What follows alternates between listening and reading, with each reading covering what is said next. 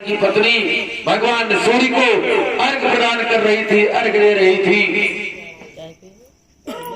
जैसे अपने आंचल को हाथ में पकड़ा और अर्घ दे करके भगवान शिव से, भगवान भास्कर से, भगवान सूर्यदेव से आशीर्वाद मांगा, मुंह खोला, वो तोता माता सरस्वती के पेट में चला गया, प्रवेश कर गया।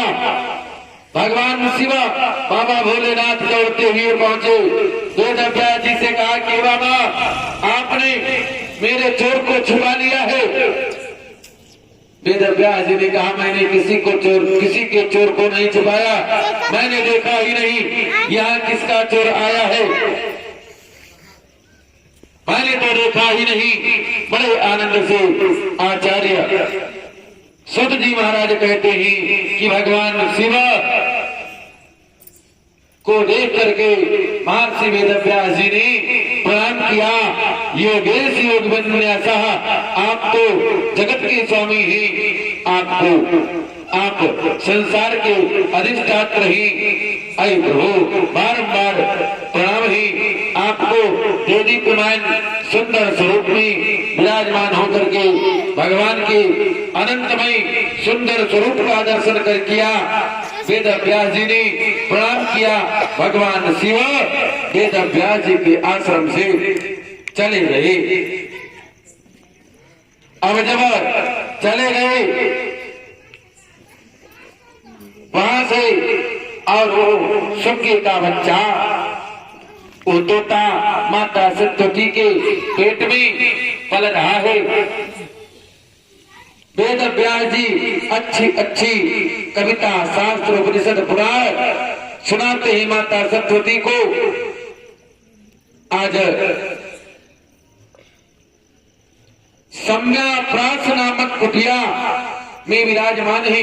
जिस कुटिया में रहते थे महर्षि वेदव्यास जी महाराज, सम्या प्रास नाम है उस कुटिया का। बुढ़ापा तो आ ही गया है, बेटा तो हुआ नहीं है।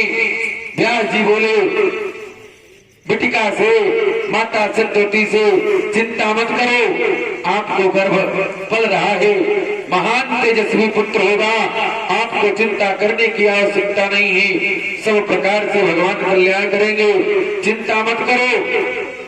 ऐसा व्यास जी अपनी पत्नी को समझा रहे हैं। ऐसे बड़े आनंद से हर एक पुराण शास्त्र उपनिषद सुनाते ही बड़े आनंद के साथ। ऐसा प्रतीत हो रहा है, समय व्यतीत हो रहा है। 1 महीने 2 महीने 4 महीने 6 महीने 10 महीने 8 महीने 1 वर्ष 2 वर्ष नहीं। आचार्य सुखदेव जी माता सरस्वती के पेट में विराजमान थे 12 वर्ष। 12 वर्ष सुखदेव स्वामी माता सरस्वती के गर्भ में ही। आदरणीय सुखदेव जी ने मंदिर बना लिया, मंदिर समझ लिया माता जी का गर्भ। 12 वर्षों तक मां के गर्भ में वास किया। व्यास जी की पत्नी सरस्वती ने कहा कि आए स्वामी, आए जी सुनते हो? व्यास जी बोले क्या बात है? कहा वेदव्यास जी से माता सरस्वती ने कि मेरे गर्भ से हमें सुनाई दे रहा है कि जो मेरे गर्भ में संतान पल रहा है वो वेद मंत्र का उच्चारण कर रहा है, ज्ञानी महापुरुष होगा, लेकिन बाहर आने का नाम नहीं लेता। 12वीं साल चल रही है। व्यास जी ने कहा बेटा बाहर आओ, आपकी माता श्री को तकलीफ होती है। सुखदेव जी ने कहा कि मैं बाहर नहीं आता, अगर मैं बाहर आ गया तो विष्णु के माया से, माया जो विष्णु की माया है, मोह है, वो हमें पकड़ लेगी। व्यास जी ने कहा कि पुत्र मैं वचन देता हूँ तुम्हें विष्णु की माया का असर नहीं होगा। सुखदेव जी ने कहा कि आपकी बात का कैसे विश्वास करूं पिताजी, माया बहुत चंचल है, ये माया बहुत विचित्र है। माया का पार पाना किसी के बस की बात नहीं है। यदि मायापति भगवान विष्णु आकर के कह दे कि माया नहीं सताएगी तो मैं बाहर आऊंगा। भगवान विष्णु को आना पड़ा और गोविंद ने कहा बेटा सुखदेव तुम पर माया का असर नहीं होगा। 12 वर्ष अपनी माता के गर्भ में आपने वास किया है। ऐ पुत्र बाहर आओ। गर्भ से प्रकट होते ही नार देवार सहित सुखदेव स्वामी जंगल की तरफ चल रहे हैं और जब चल दिए वन की ओर जा रहे हैं सुखदेव जी, उनके पीछे पीछे व्यास जी महाराज चले जा रहे हैं। सूत जी महाराज अपने मंगलाचरण में स्तुति करते हैं कि यम प्रवजंतमनुपेतमपेत कृत्यम द्वैपायनो विरह कातर आजुहाव पुत्रेति तन्मयतया तर्वभिनेदो स्तम सर्वभूत हृदयम मुनिमानतोऽस्मि। जन्म लेते ही जिन्होंने संन्यास ले लिया हो, 4 अंगुल की कौपीन जिसकी शरीर पर है, ऐसे पुत्र को बारंबार पुकार करके वेद व्यास जी महाराज पुकार रहे हैं, हाँ पुत्र। कुछ जवाब नहीं मिलता है। व्यास जी कहते हैं अय पुत्र जवाब मिलता है वृक्षों से। वृक्ष शायद ये बताना चाहते हैं कि इस बार जिनके आप पिता बन चुके हैं पहले ये आपके पिता रहे होंगे, इसमें कोई आश्चर्य नहीं है।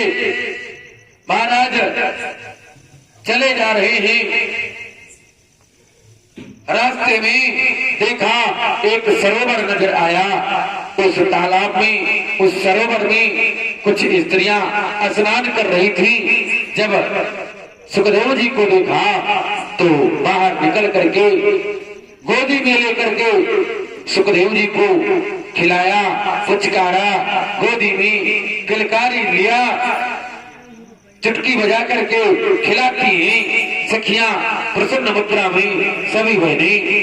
और पीछे से पुत्र पुत्र करते हुए बाबा वेद व्यास जी पहुंचे और जैसे वेद व्यास जी पहुंचे उन स्त्रियों ने पुत्र को पृथ्वी पर उतार दिया, अपनी गोदी से नीचे कर दिया। आचार्य सुखदेव जी पुनः चलने लगे। कहा सुखदेव जी ने अपने पिता की वाणी सुन करके कि आए पिताजी, हर एक प्रकार से आपने कहा था कि मोह और माया आपको सताएगी नहीं, तो हमें तो किसी भी प्रकार कोई असर नहीं पड़ा। लेकिन आए पिताजी, मोह का त्याग करो, मोह का त्याग कर दो। यहाँ कोई किसी का पुत्र नहीं है, कोई किसी का पुत्र नहीं, कोई किसी का पिता नहीं। ये तो संसार है, असार है। जो लोग आए हैं अपने प्रारब्ध के अनुसार, अपने कर्म के अनुसार, जिनका जन्म हुआ है वो अपनी प्रारब्ध के अनुसार उन्हें फल मिलेगा और कृपा बनेगी भगवान की, मेरे गोविंद की। हर एक प्रकार से उनका कल्याण होगा। महान संत आचार्य सुखदेव जी परम संत हुए अपने पिताजी को समझा रहे हैं कि अरे पिताजी, एक बार एक सेठ जी रहते थे। सेठ जी की एक पुत्री थी और उनकी पत्नी, 3 प्राणी थे। तीनों बड़े सज्जन थे लेकिन बड़े धर्मात्मा थे, पूजन पाठ करते थे सेठ जी, लेकिन कंजूस बहुत थे। आए पिताजी, मैं आपको कैसे बताऊं। एक बार सेठ जी के यहाँ माता रानी की कृपा बनी, निकास हो गया और उन्होंने संकल्प लिया माता रानी के सामने प्रणाम किया और कहा कि भैया अगर मेरी पुत्री ठीक हो जाए तो मैं आपको एक दमली का नारियल और चुनरी चढ़ाऊंगा, मेरी पुत्री ठीक हो जाए। प्रार्थना किया। सेठ जी के प्रार्थना पर जगत जननी जगदम्बा भगवती प्रसन्न हुई, पुत्री उनकी ठीक हो गई। कुछ समय बीता।